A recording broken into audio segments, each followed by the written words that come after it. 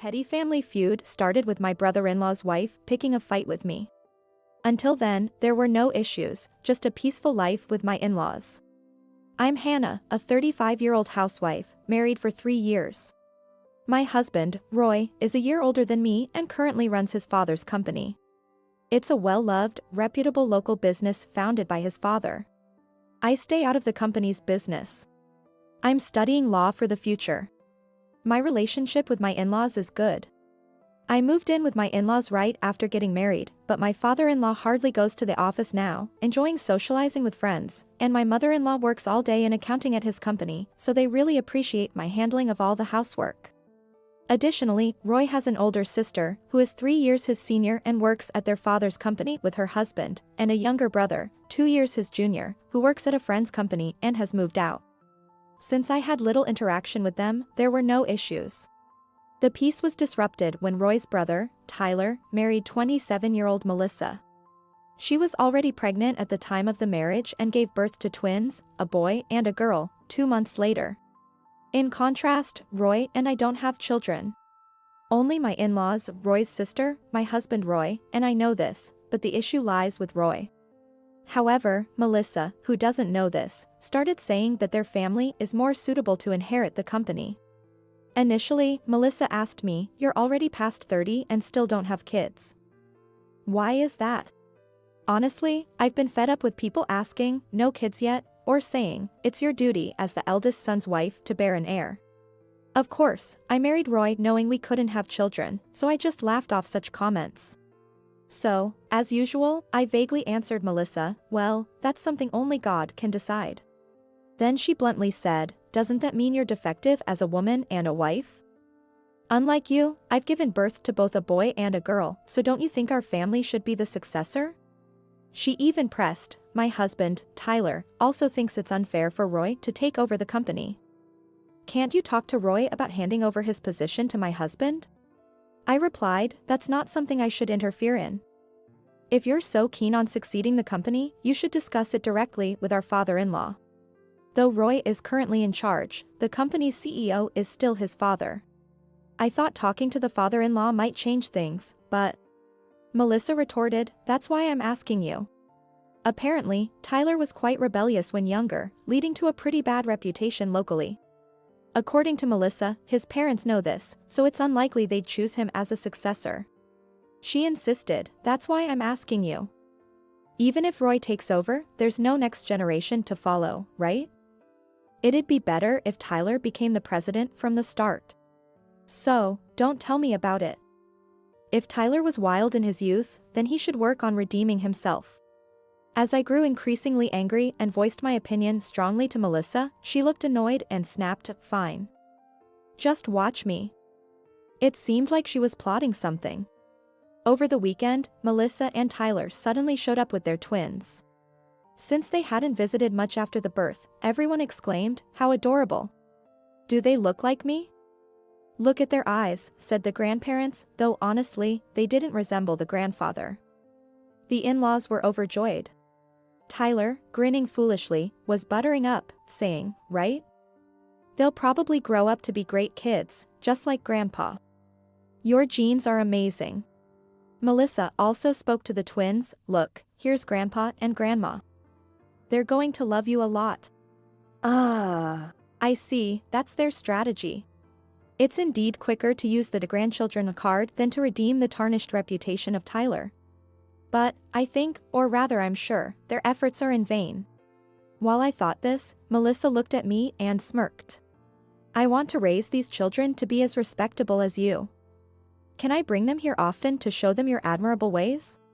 I thought it's ridiculous to show this to infants, but the father-in-law was surprisingly happy and agreed readily. Then, getting carried away, Tyler asked in a wheedling tone, "Dad, we're really struggling financially now with 2 kids all of a sudden. My current job pays poorly. Could you help us out a bit for your adorable grandchildren?" The grandfather, smitten with the twins, agreed to give a monthly allowance of $1,000. My mother-in-law and Roy watched her with complex expressions. Later, my mother-in-law told me that she and my sister-in-law had to apologize a lot for Tyler's past misdeeds.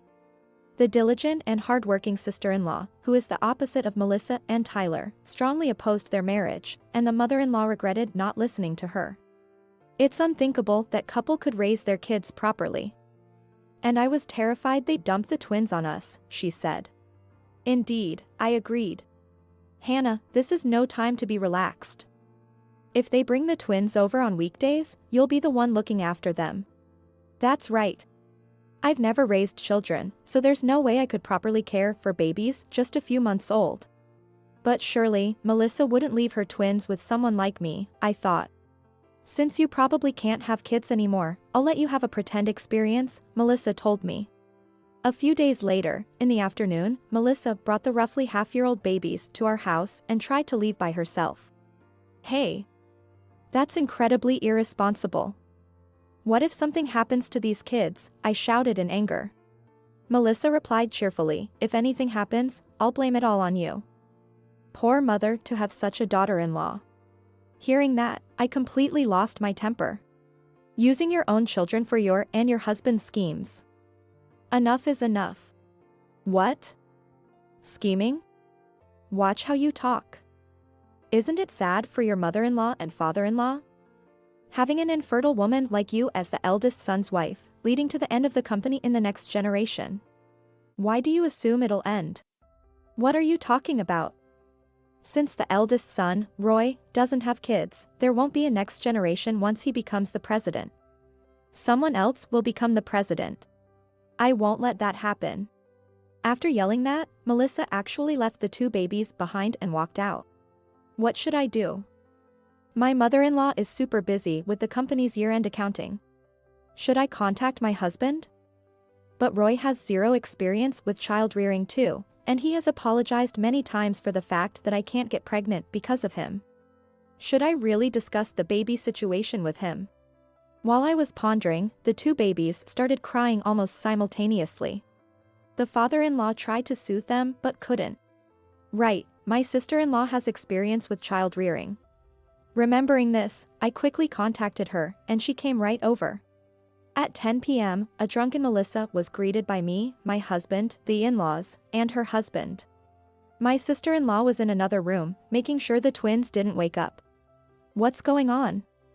Why is everyone here? Melissa was visibly shaken. The mother-in-law asked why she left the children for 7 hours. Oh, that? Hannah insisted on taking care of them and kicked me out. How awful, right? Roy responded to Melissa's smooth lie. I heard all your conversation with Hannah this afternoon. You really talked down my wife. Actually, Roy had been troubled by Melissa's recent behavior and had installed listening devices after her last visit. Melissa was momentarily flustered but then said, isn't it the truth? The eldest son's wife can't even have children. Quiet. That's when the mother-in-law raised her voice. The fact that these two don't have children is something my husband and I have already accepted. It's none of your business. Before marrying, Roy and I had a bridal check at the hospital to see if we could conceive. That's when it was discovered that Roy had a congenital issue preventing us from having children. The mother-in-law cried, apologizing for giving birth to Roy that way. That's why she protected me from Melissa's abusive words. And she kept the fact that Roy was the cause a secret. Her kindness truly touched me. After being scolded by the mother-in-law, Melissa, unable to grasp the situation, turned to plead with the father-in-law. But, we have children. To ensure the company's continuation, the next generation's successor is necessary, right? Right? Then the father-in-law calmly replied. We haven't thought that far. Whoever becomes the next president can decide. Choosing a successor just because they have children is absurd. Hearing this, Melissa and Tyler's expressions changed. So, does that mean Roy is the next president? Tyler almost shrieked. The father-in-law responded. No, I'll let your sister take over. We decided this before you two got married. The brother-in-law couple's faces looked as if they had been hit by a bullet. But, the sister is a woman, Tyler managed to say. The father-in-law cut him off. She has always been excellent academically and popular. Plus, you might not know this, but she had to apologize for your misdeeds. Since then, she's been known locally as polite and dependable. Next to the stunned brother-in-law, Melissa turned her anger towards me. You knew about this, didn't you? Why didn't you tell me? What? I did say, someone else will become the president. I'm not part of their company, so I can't say more than that. Then Roy chimed in. The $1,000 we were giving you was from my pocket. We couldn't use the company's money, and I wanted my dad to enjoy his salary and pension. Plus, I do love my nephew and niece. But after discussing with Dad and my sister, we've decided to stop it from now on. Hearing this, both Melissa and Tyler went pale. What? That's a problem. We're spending so much on childcare. Such excuses didn't work with my husband. What are you talking about? We felt sorry for you saying life was tough, so my sister and I discussed hiring Tyler in our company. When we had a private investigator check as part of a background check, we found out you two often left your kids with your parents to go clubbing. At this revelation, the couple collapsed on the spot. Still, they desperately clung to their in-laws, but the father-in-law firmly stated, we're leaving the company to your sister and her husband, and the house affairs to Roy and his wife. Please don't rely on us anymore, and they were left crying. Starting a family feud for nothing. Later, I heard that the brother-in-law couple were discussing divorce. Neither wants to pay alimony nor child support, and the brother-in-law is ranting, they're not my kids. They don't look like me, while Melissa left the kids with her parents and is refusing to let them see their father. Apparently, she doesn't want a DNA test.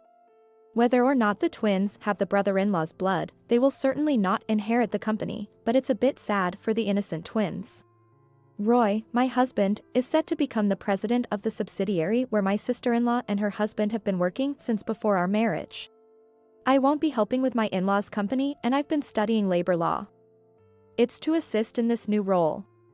I'm also scheduled to be appointed as the executive vice president, and I'm determined to make it a better place for our employees to enjoy working.